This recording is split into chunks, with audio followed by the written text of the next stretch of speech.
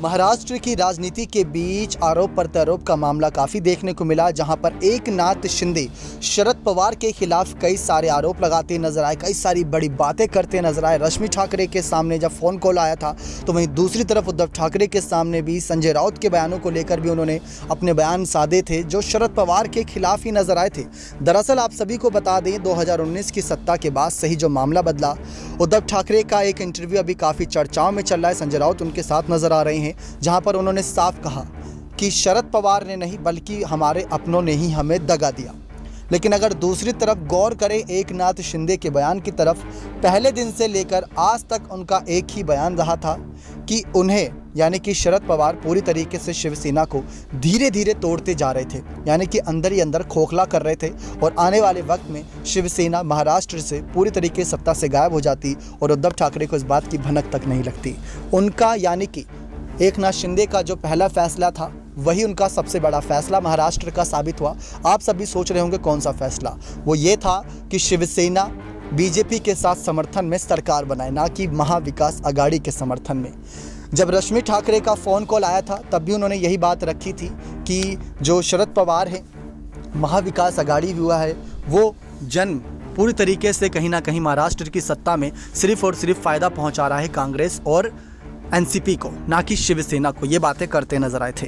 लेकिन इसके बाद आप सभी को बता दें, एकनाथ शिंदे जब सीएम नहीं बने थे तब भी उन्होंने ये बात कही, सीएम बनने के बाद भी उन्होंने ये बात कही और ये भी बात कही थी कि देवेंद्र फडणवीस नहीं चाहते थे और बीजेपी में किसी भी बड़े नेता के मन में पद की लालसा नहीं है, हर कोई सिर्फ जन सेवा के लिए है और जन सेवा करता नजर आ रहा है। अब देवेंद्र फडणवीस का उन्होंने उदाहरण दिया था कि जिस तरीके से देवेंद्र फडणवीस ने डिप्टी सीएम पद स्वीकार किया और मुझे सीएम पद पर बैठा दिया, ये उनका बड़प्पन है। लेकिन एकनाथ शिंदे की बात करें तो जो सरकार के सामने यानी जो शर्त रखी थी 2019 में कि शिवसेना की मुख्यमंत्री बनेगा, वो उद्धव ठाकरे ने भी पूरा किया और साथ ही साथ वो पूरा किया एकनाथ शिंदे ने भी, क्योंकि जब मुख्यमंत्री बने थे तब एकनाथ शिंदे शिवसैनिक थे। उसके अगले कुछ दिनों में ही उद्धव ठाकरे ने भले उन्हें शिवसेना पद से बर्खास्त कर दिया, लेकिन एक शिवसैनिक के तौर पर ही उन्होंने सीएम पद की शपथ ली थी। इसी के साथ साथ आपको जानकारी दे दें कि शरद पवार के खिलाफ तमाम बयानबाजी की गई, लेकिन एनसीपी को लेकर ये भी खबरें हैं कि अब शिवसेना की तरह एनसीपी में भी फूट पड़ती नजर आएगी। लेकिन अजीत पवार ने बात कह दी कि एनसीपी में कोई भी ऐसी उथल पुथल नहीं है, एनसीपी अभी भी मजबूत पार्टी के तौर पर है और रहेगी, ये बात अजीत पवार ने साफ कर दी है। लेकिन अब उद्धव ठाकरे अभी भी अपने बागी विधायकों पर निशाना साध रहे हैं। वो लगातार ये कह रहे हैं कि हमें धोखा हमारे अपनों ने दिया है। यही रश्मि ठाकरे के भी शब्द थे।